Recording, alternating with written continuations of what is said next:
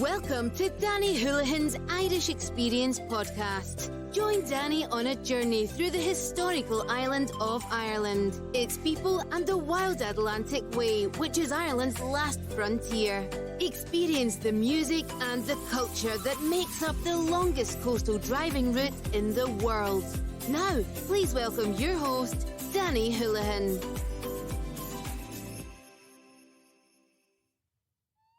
Cuireann fáilte, go dtí slí an Atlantic. Welcome to the Wild Atlantic Way and Danny Houlihan's Irish Experience Show. I hope you're all keeping well and safe, my friends. In this short episode, I will travel back into our past, an ancient past, the Ogham Calendar, and to another one of our famous trees, which are still here today in Ireland and flourishing, and a link to our Ogham Past and Calendar, the Alder Tree. The Alder Tree can be seen in many parts of Ireland, on hillsides, and like other trees associated with the Ogham Calendar, it was located near places of worship and indeed settlement, a throwback to a golden era in Ireland of pre-Christian settlements of Culdees, holy men and holy women, and ancient Irish rites and customs.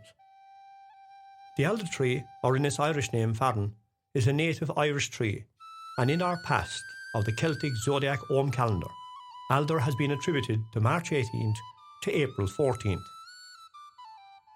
This is a time of year for rebirth, sunrise and ancient rites. The Alder Tree, according to Irish historians, is loved by the otherworld of fairies, goblins, and otherworldly Irish mythological creatures which are in the realms of the darkness.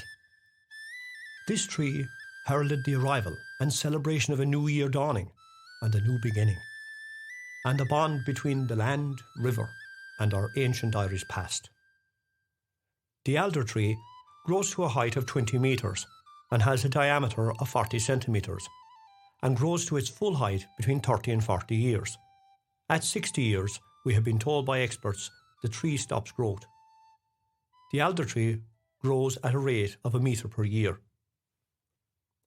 The Irish alder does not suffer from Irish frosts, but is susceptible to woodworm attacks, it has been stated by experts. This is an indigenous tree to Ireland, and the common alder is found in many places, growing such as mountainy areas, which are sheltered. Also, on the sides of grassy riverbanks and damp, wet soils, as the tree loves wet areas to grow, thrive and flourish.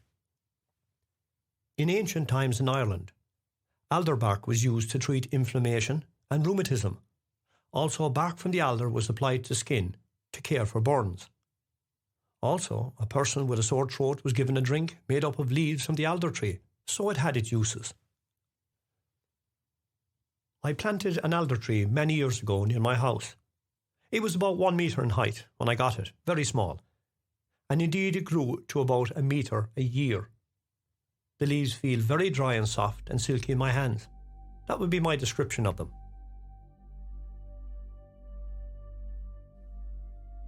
I can always tell now when the summer is on its way, when I see the alder coming to bloom.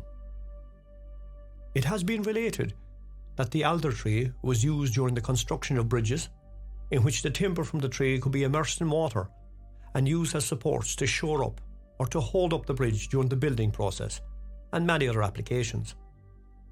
In the time of the Celts, the alder tree was used as a fuel to increase the heat in their fires for the manufacture of their weapons for battle. The tree was regarded as a tree of strength, and it had a deep connection with the Irish landscape and that of the warriors of ancient Éireann, the Fearan, for the manufacture of their shields and also mythology, the Fear Darug. In the realms of Irish mythology, the Fear Darug or Red Men used the alder tree as a gateway or as a time portal to exit and enter from an ancient underworld of that of the fairies, goblins and other creatures. The Fear Darug or Red Men takes their name from the red hat they wore with a red coat or cloak. The Fear Darug, if you come across him, can be identified by his white old beard, and if you're lucky enough you might hear him play a few tunes on his magical pipes or flute. This old rogue of a man is lively for his age and can live for many years in people's houses undetected until the sound of the pipes and the music can be heard late at night, giving away his presence. Some stories have related that the Fear Darragh has a taste for drink. Well, don't they all anyway? It has been related that the Fear Darragh gave protection to the house he was staying in and warded off evil spirits. Sometimes the Fear Darragh has given 3 wishes to the household after staying in their house or barn. But heed, don't wish for something you don't want, or it might just come true. Many stories exist in Ireland of people wanting to harm their neighbours or indeed their cows to vanish. This happened after one wish another was adriect on a man to have 2 huge ears like a rabbit. This also happened apparently. Another story related that when ordinary people were trapped in the fairy underworld, the Fear Darragh helped many a soul to escape and return from the land of the fairies. Long ago, on the outskirts of Rahunach near Ballyloughlin, there was an ancient mill that stretched way back into antiquity to the time of O'Connor Kerry clan. It was a small mill, but supplied the area and the thousands of local people who lived in the old thatched houses and stone clochans. These are all gone now, and that of the mill and its exact location. During the Great Irish Holocaust or Famine of 1845 and Black 47, a local landlord called Blackard Douglas levelled the old houses and indeed the mill, sending many people into extreme poverty and debt in the area during a harsh winter. If you could not pay your rent, out you were cast into the cold winter's night by Blackard Douglas's agents. His greedy agents had no mercy. Once the mill was flattened, the locals were starving, and even the old mill wheel and millstone was removed away to another mill, only God knows where, some say England, as millstones were a unique piece of craftsmanship in their own right. One story which was related was that the people in the area were so hungry they had not the energy to grind the flour themselves nor walk to a mill, for they were so hungry and dying.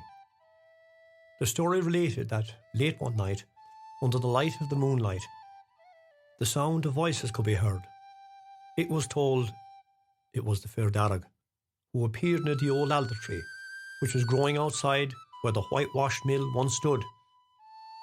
With the help of the Fear Darragh, the old mill could be heard turning and ground the corn for flour for the people who were starving and dying outside.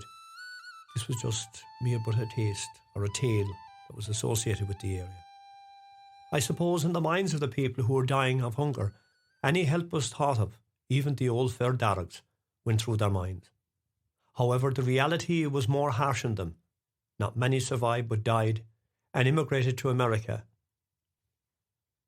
Thus the association with the Alder Tree, which to those who cared for the trees, it gave protection to them and their families in times of trouble and in times of want. In ancient times, the month of the famous Alder Tree was used to connect with one's spiritual being and develop a natural process for the year ahead in whatever was to be planned. In our Irish mythology, we have many stories about ancient battles, heroines and deeds by our people. One story which has another link to the Alder Tree was that of Deirdre of the Sorrows. Deirdre was a beautiful woman and was the daughter of a royal storyteller. It was prophetically stated by an ancient druid by the name of Culdees that the girl would grow up with extreme beauty and that men's blood would be spilt and many would go to war over her. And according to historical sources, many of Ulster's warriors would be forced into exile over the woman. From our ancient writings has been stated that the druid's name, Culdees, who was at that time was the druid to the court of Concubran MacNessa, the king of Ulster. Fearing any potential plan to kill the child after hearing of the prophecy, King Conor had Deirdre sent to a wise woman by the name of Leverkan, to a secluded wood, far away from male eyes. This wise woman brought up the child to be a beautiful, educated young woman, and in line for a king's hand. It has been related by historians that the young woman said, quote, that she would love a man with the colours she had seen when a raven landed in the snow with his prey. Hair the colour of the raven, skin as white as the snow, and cheeks as red as blood, unquote. The wise woman related to the beautiful Deirdre that the description she gave was that of a famed warrior called Naoise, who was a noted warrior and a nephew of the famous king. Both Deirdre and Naoise met and fell in love. This infuriated the king, who sought her at any cost. The lovers, with the brothers of Naoise, called Anla and Auden, took flight, as been said, to Scotland, to a place called Loch Etive, where there was a dense alderwood, at Lough Etive, which gave the couple protection and security, and it has been related by the ancients that she bore the warrior 2 sons. The king now plotted revenge. First he sent Fergus MacRee to meet them, and assured their safe return to Fergus in Umwacha. This Fergus did, but according to the story that was related, the king, on hearing Fergus's return with the couple, had him held at some banquet or other. This gave the king a chance to send his spies to see if Deirdre had lost her beauty. She had not. One person related that she was ugly, but the king was suspicious and sent a second spy to see her. However, the second spy got a sharp object thrown at him by the husband, resulting in losing an eye. However, unfortunately for Deirdre, the spy made his way back to the king and reported her beauty had not changed. Hoover summoned his army of warriors and proceeded to attack Ardvacha, and on arrival attacked the Red Branch warriors in battle. There was a fight, with the brothers of Naoise fighting on the side of the knights. The king called them under his name. The result, Deirdre was dragged to the king's side. At the same time, it has been stated that a spear was thrown at Naoise, killing him, and later his brothers fell near him in death. Fergus MacRee returned, upset that his word had been broken, and from the history books went into exile in Connacht. It has been related that Deirdre was not happy with the king, who one day asked her who she hated more than the king. She replied, the man that had killed Naoise.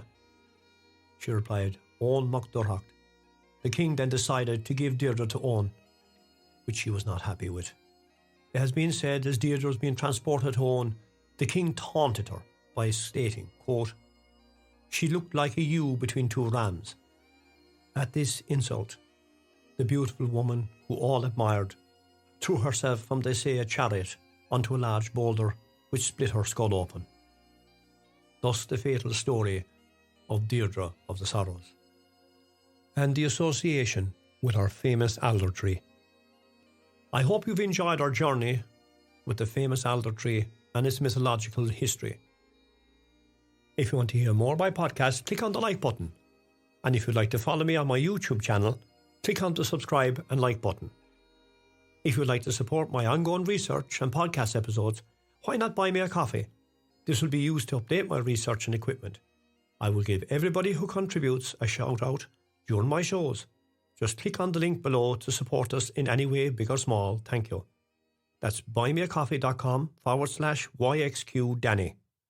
And for now, bye. Thanks for listening to our show. Through its people, its heritage, and its rugged coastline, this is truly Danny Houlihan's Irish experience. Bye for now.